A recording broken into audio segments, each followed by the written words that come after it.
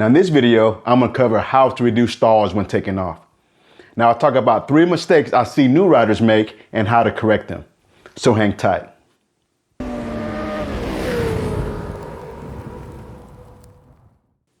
Hey, I'm Paul the Motor Guy, and welcome to my channel, where I pass on riding tips, practice drills, and defensive riding strategies to fellow riders.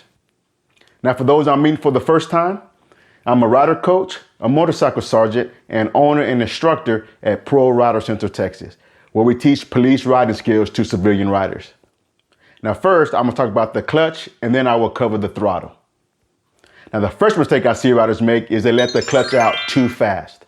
So they start to let the clutch out, and then once the motorcycle begins to roll, they pop it out the rest of the way, which looks like this. Okay guys, now I'm gonna show you what it looks like when you pop the clutch out at the end. So this is what I commonly see. Bike's starting to pull me here, and then I do that. The second mistake is riders will try to time the clutch release and throttle roll on. But the problem with this is that if your timing is off just a little bit, it can cause you to stall the motorcycle, which looks like this. Now the third mistake is not having enough throttle to keep the motorcycle from stalling when you're releasing the clutch lever. Now, depending on what type of motorcycle you're riding and how it idles, the amount of throttle may differ. Now let's go outside and I'll show you a more consistent way to release the clutch lever.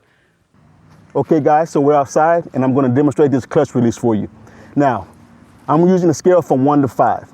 1 is when the clutch is all the way in, 5 is when the clutch is all the way out, and then 3 is when you're in the friction zone. Okay, so it looks like this. I'm in the 1 position, clutch is all the way in. 1, 2, 3, 3, 3, 4, 5. So if you notice, I held it in the 3 position for a little bit.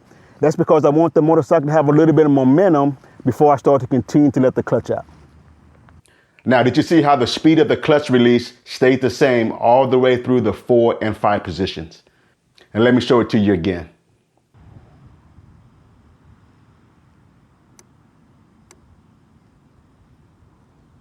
Now I'm going to show you my technique when taking off.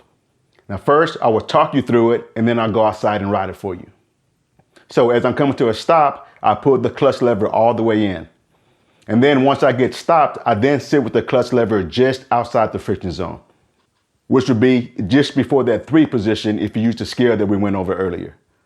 Now this gets rid of that dead space before the friction zone that does nothing for me but waste time. Now by sitting with the clutch lever just outside the friction zone, I know that when I start to release the clutch lever, the motorcycle would immediately begin to roll. Now when I'm ready to pull off, I first roll on the throttle and then slowly release the clutch lever. By doing this, I have power built up before I start releasing the clutch lever, which reduces the chance of stalling the motorcycle.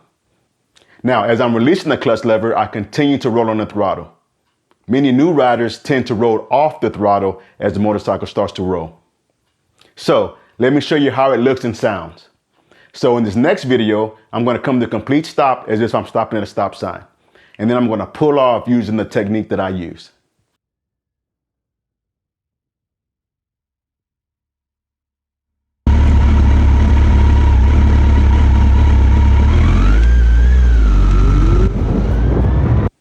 Now, no matter what technique you use to take off, you have to practice it to build consistency.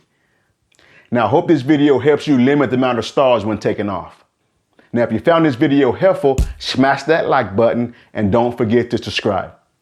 And until next time, practice, practice, practice, and ride safe.